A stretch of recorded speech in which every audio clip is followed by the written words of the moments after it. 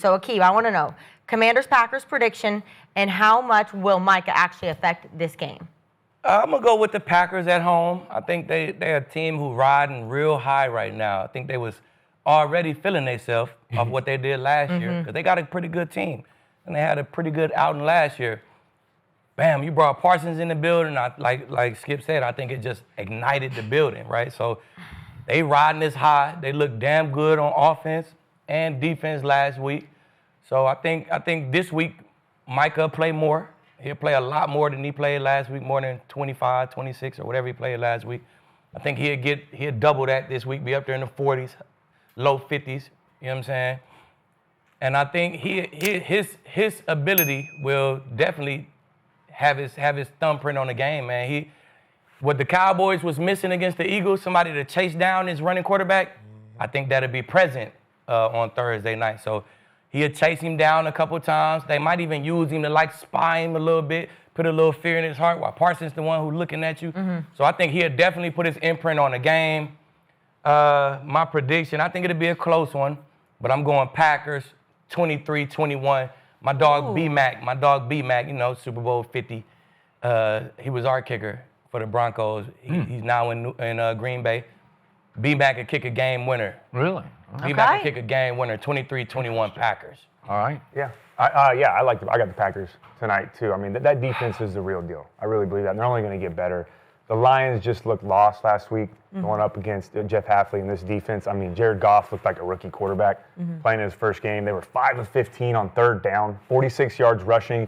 That front seven for Green Bay is real. With Sean Gary, Lucas Van Ness, Quay Walker, and then Skip Bayless, his favorite player of all time, Micah Parsons, coming off the edge now. I will say this, though. I do think Jayden Daniels, that was a good point. I think Jayden Daniels and the Commanders are going to be tougher for this defense than what the Lions were a week ago. I really like Cliff Kingsbury. He was at USC the last couple of years when I was covering them. He is a offensive genius at any level.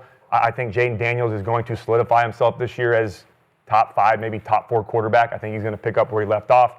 And again, that was a good point. Now you're playing a mobile quarterback. You're not playing a Jared Goff type if you get out of your rush lanes, it's not going to hurt you. If you get out of your lane, Jayden Daniels will pick up 15, 20 yards and extend a drive, so you can't have that. I like the weapons they have on offense as well with Terry McLaurin, Zach Ertz, Austin Eckler. They add Deebo Samuel. They go get a left tackle and Laramie Tunsil as well. And then I like that running back. With the running back, too, that they have right now, there's the Corey Krosky-Merritt. I got to give him a shout out. His name is Bill. He goes by Bill. Bill. 7th-round draft pick out of Arizona. He's a damn good football player, man. Played one game. I root for those underdogs. But I will say that, he's a good player, though. He's shown some flashes. Nice. But I will say this. I think it's going to come down to 2 things. The first is Jordan Love in this offense is going to be too much for the Commanders' defense. I mean, they got so many weapons. He was spreading the ball around in that Lions game. So many different guys that can make big plays. They can score from anywhere on the field. I love LaFleur as a play caller. They got to get Josh Jacobs going a little bit more this week. Got to get the run game going to take some pressure off of those guys. But the deciding factor in this game is going to be none other than former Cowboy and Green Bay Packer legend. Woo! Do you see that ovation they gave? Yeah. Hey, Dallas could never. They didn't appreciate him. They didn't even know. Green Bay They thought they won the Super Bowl. Yeah. But I think Micah Parsons is going to be the difference maker tonight. 10.5 sacks in 8 games against the Commanders. I thought you were going to say 10.5 tonight. No. I know, I'm like, No. 10.5. What's he on? 10.5 against the Commanders. 4.5. He had 4.5 last year against Jayden Daniels. He struggled at times against Laramie Tunsil. Hasn't given up a sack against him, but I think tonight he gets 2, maybe a sack fumble, and I think Micah Parsons is a difference maker. 2 sacks. I got 2 tonight. You're confident in him. Yeah, I go score, and I got final score. I think it's going to be close. I got 31-27 Packers. Gil, why don't you go and let's get the Micah worship over with. I'm going with scheduling, right? As you know, I'm a Commanders fan, right? That's my second team. Oh, I don't know. But unfortunately, they're one of the oldest teams in the league right now, and most of them didn't play in preseason. And the fact that you got 2 games in 5 days, I don't know if that hurts you. It's rough now, right? So you know when you're talking about them young legs, you got to go with the Packers, which they haven't started 2-0 since 2020, which they got to the NFC Championship. So this is going to be a big game for them. Thursday night, Packers' last 5 games, they won 2. Commanders is 0-3 in their last 3 Thursday night games. When it comes to the quarterback, they're kind of when it comes to their passing, they're kind of the same a little bit, right? True. One is more traditional, Very right? true. He's very pocket passer, very good at what he does. Yeah. Then we have Happy Feet, right? Who's ready to take off at any minute. Yep. And that benefits Packers, where he's going to be looking to run a lot more because that's what he tends to do. You know, last year, 67 sacks. That means you're not staying behind your block protection. Right. Yeah. So when you're gonna run right and you're gonna be funneled exactly where, you know, Packers want to funnel you at. So I don't see how Commanders win this game, and I'm just gonna go with history that because they haven't beat Green Bay since the first black president, 1988. They haven't beat them since 1988 when they had Doug Williams. Right? They've lost ever since then. So I'm going to go with the Packers, and I think it's going to probably be a blowout. What's the score you have it? Big. 31, 17. Okay. That's a blowout That's- in the league. Yeah. Okay. 31, 17. That's a blowout in the NFL. So, question. When did Micah Parsons suddenly become a combination of Lawrence Taylor, Reggie White, and Charles Haley all rolled into one? When did he become the greatest pass rusher in the history of pro football? I was When he went to Green Bay? Him and Reggie Wright after last year. Him and Reggie Wright in the only category two. on their own. It's just They don't the two of did it, two. Skip. They don't That's- two who that's got what that it- many sacks for that many years, Skip. So Since he walked onto an NFL playing field, since he entered this league, he's 5th in sacks in the league and 5th in quarterback hits. Not first and first, not transcendent. No, okay. 1 sack in 4 playoff games for Micah Parsons, all for the Dallas Cowboys. Maybe it's their fault. Maybe they didn't utilize him correctly. Maybe they just suck. Maybe it's just a Jerry thing. You just can't star for Jerry Jones. Maybe that's it. I am definitely going with the visiting team tonight, and yet maybe it's my default prediction all the rest of this year. Like your default prediction, we asked you, you just say Rams, right? Rams. Right? So if you ask me about anything Packers the rest of the year, I'm just going to say opponent, right? Right? Okay, but here's my point.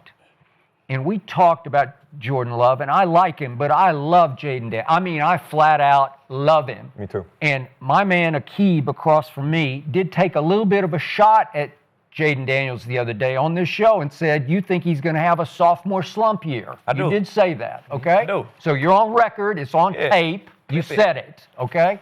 With sophomore slump? yeah, Yeah. I think so. I'm hoping that clip gets to Jayden before the game tonight. He ain't worried about little old leave now. Yeah, Come on. okay. I don't know. about the little old leave. He'll take you to heart, what you say, because he knows you could ball. And you played on the other side of the ball. So if you make that kind of statement, he's going to say, watch this. So what did we see from Jayden Daniels in his first big national spotlight solo stage game on a Monday night last year in week 3, Monday night at Cincinnati against Joe Burrow and Chase and all the rest? They didn't have a great defense, but most people at that point were thinking, it's Joe Burrow.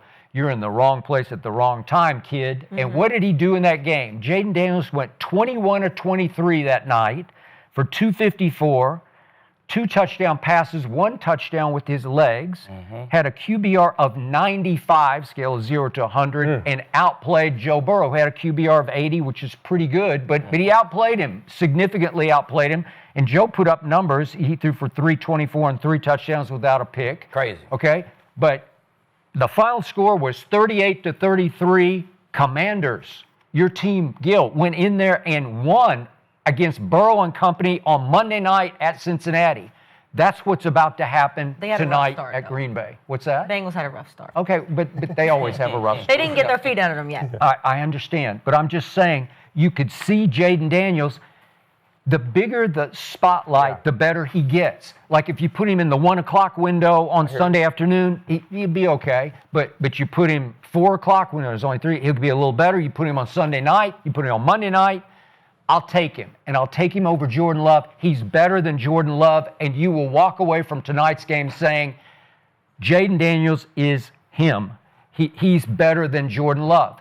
And I give you, look, when you add Micah to that front, it's scary. It's because I'm looking at the draft picks. Like Lucas Van Ness, I don't know if people remember, he's the 13th overall in 2023. So he got taken really high out of Iowa. Why is it Iowa has all these high picks and they never do anything under Ferentz? I don't get it. Everywhere I look up, there's another Iowa kid, and when they're in college, the team doesn't do anything, right? You don't like Cooper DeJean right now? Well, okay, but I do love it. But I'm saying, what happened?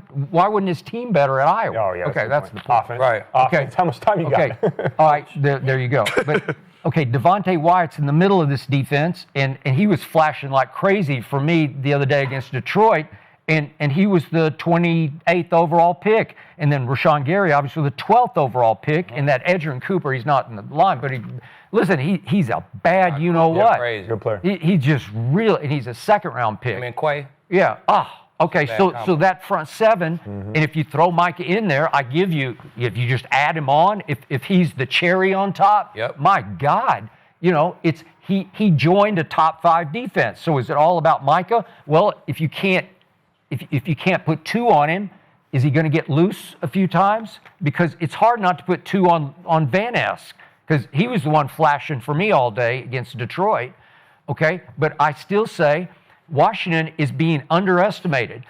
Your man Vaughn, I watched that whole game. I liked how he moved. I just he looked good. He looked right to me. It looked like he's got some gas left in his tank. And he said he's going to ramp up and play more snaps this week. Okay? And Bobby Wagner's long in tooth. I get it, they're the oldest team. But, man, look at the numbers he put up against the He had 10 tackles. And Deron Payne and Dorrance Armstrong, I don't know. They're being underestimated. They can play with Green Bay at Green Bay, and I like them. It'll be close. I'll just say it's a 1-point game because Jayden Daniels pulls it out. I'll say 29-28 Washington. See, that's the problem, right? Pull it out, and that's what they did last year, right? That 7-game winning streak that they had, 5 of those was last-second heroics. Yep. On the last play. Okay. A win's a win. That's not dominance. That's survival. That's you're not dominating. You're just surviving in the moment of time. That's not going to happen this year. You're not going to have luck on your side. You're going to He was actually also a rookie. cool, but you're going to actually have to go out here and beat teams, right? You're not going to be able to sit there and just win on last play moments anymore. Right? Like in NFL history, you have 87% on fourth quarter go-fors, right? You did 23, made 20 of them. Everybody's going to be paying attention now, right? They're going to be paying attention 4th and 2, 4th and 1. Jayden Daniels wants to take off and run. Was it 800 yards last year? Yep. 670 of them was scramble yards. So you already know he's really ready to go. So if you understand that, the 4th down, he's ready to go, you can kind of control what he does, right? Packers offense is more stable, it's more well-rounded, right? They want to go vertical, they want to go up and down. Right. So, trying to contain an offense that's balanced, especially with their runner, I don't see how Commanders just trying to survive in games goes into Lambeau. Are you saying Go in Lambeau and win a game that they haven't won since 1988. It's just, I'm sorry. Are you saying clutch is bad? Like clutch is misleading? Clutch not bad. Clutch is not bad. Clutch is great. It's but survival. When you a rookie quarterback, you got a new coach. You know what I'm saying? That's like a new duo, right? Daniels, Kingsbury. It's something new in the league, right? So everybody see it. They're like, oh, this offense is kind of different. It's Cliff Kingsbury's offense, but it's with Jayden Daniels. You know what I'm saying? It's a different nuance to it, right? And it's early. People can't quite figure it out. But by the time they got to the playoffs and they saw Philly had that shit figured out. Philly put the blueprint out there on this how you play this type of offense. Like us on the Broncos, our defense was fucking damn good. It was. But once like a couple teams put that blueprint out there, they a match team. Put Chris and Keeb on this one side and let's play with our tight ends and our running backs and make them linebackers cover. And we just play on this side of the field all day. Teams start doing that to us and they start whooping our ass.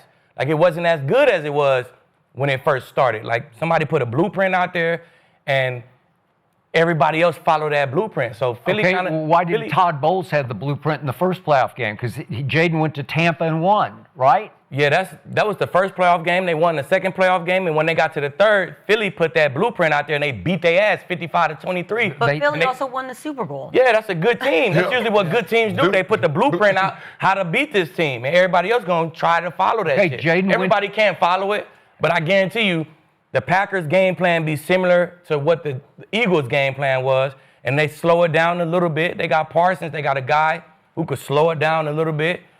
And that's just how the league goes. Jayden went to Detroit when they were the 1 seed last year and beat them. But that offense, Detroit had never seen that combo, that quarterback coordinator combo. They ain't see that shit before. So that's why he tore their ass up. And then on top of that, they played with all backups on defense, but we ain't gonna mention that, Skip. Like it was They were hurt. all fucking backups on the Lions defense. So they was one handicap anyway. You know what I'm saying? So I'm just saying that's why I said he may have a sophomore slump, because now you're not a new duo this year. You're the team to beat. All right. In the offseason, all them NFC East teams, they looking at that shit. All right, this is what they like to do. We game planning for that shit. We putting the plan together January, February, March, April for that shit, because y'all was the guys in this. Before that, they didn't pay no attention to y'all in the offseason. They paying attention to Dak. They paying attention to, you know what I'm saying? Yeah. The Eagles, the good teams in the NFC East. And once you become a team to beat, you know what I'm saying? Now teams go back to that Philly game. They see what Philly did and was successful against that shit, and they put that shit on tape. Okay, so to defeat the sophomore slump, Washington goes and gets Tunsil at left tackle, and they give him another security blanket with Debo. Yeah. And Debo against the Giants, he gets 10 targets and catches 7 for 77. Yep, and then run he busts 1 for 19 for a touchdown. Yeah. So they add a new nuance to it. They add something else to the offense, but still, the blueprint is out there. But my issue with that is, if everybody has the blueprint on teams, then why are Andy Reid and Mahomes still so damn good? Why was Josh McDaniels and Tom Brady so damn good for so long? Because they're one step ahead of everybody else. They have the blueprint on everyone else as well. Because they got Tom Brady. And I'm not putting them in that category. They could attack you in 12 personnel. They play this type of game, or they could go and spread and attack you. Because on offense, they got multiple ways they can attack. And that's my point. Same with the Chiefs. The Chiefs could run the ball down your throat, or they could let Patty be a gunslinger. So it's hard to, which one do we prepare for? We try to prepare for all that shit. Next thing you know, we get to the game, and it's like, oh, damn, we ain't prepared for this. So. But that's what the good coordinators do. That's my point, is Cliff Kingsbury and Jayden Daniels. They're going to show you so many different looks and then run 4 or 5 plays off of that look. And you're always guessing on the defensive side of the ball. We're going to get in this personnel. We're going to go gun double right 2 by 2. I'm going to go fake one time. I'm going to give it the next time. I'm going to let Daniels pull it the next time. Then I'm going to fake it, roll out, set up, and throw a bomb to Terry McLaurin. They're going to show you different things. You may have the book on them, but they keep elevating and they keep evolving. And that's how you get better as a coordinator and a quarterback. And you have that relationship. I was in, and you were there, but I was in every meeting with Tom Brady and Josh McDaniels in 2019. And that was Tom's last year. It was unreal the way that they would game plan for an opponent. I mean, they would be sitting there in the meeting room, and we're watching film, getting ready to play someone this week, and he would sit there and go, hey, Tom, remember in 2000 and whatever, we ran that, fake switch, we ran the slide ball. He's like, oh, yeah, against Ed Reed or whatever it was, or against these guys out there. He's like, yeah. Hey, let's add that again this week and change it a little bit. And I'm sitting there like, oh, shit, I'm supposed to be taking notes. Like, I was in awe of the way that good coordinators and good quarterbacks in that relationship, like I think Jayden Daniels and Cliff Kingsbury are, how they can continue to evolve and change the book on themselves so you never have a beat on what they can do. I think that's what Daniels and Kingsbury can do. I mean, I'm gonna have my Redskin shit on. I will be. But I always go with the 3 H's: health, history, home field. Okay. I like it. Okay. So you're rooting against yourself tonight. Yeah. No. He got I'm going for Redskins right now. Yeah. Commander. But I'm making my take. He doesn't I'm making my take. I got to go through history, but I'm going to be still wearing my Hey, it be like outfit. that sometimes. You know what I mean? I like the Cowboys, but I'm not going to pick I can't be biased to the information. I'm not going to pick them every week. Skip's going to pick them every week. But Maybe not. So 60% of the chat says the Packers will win. This one you might have a heart attack with, but Micah Parsons is now listed as a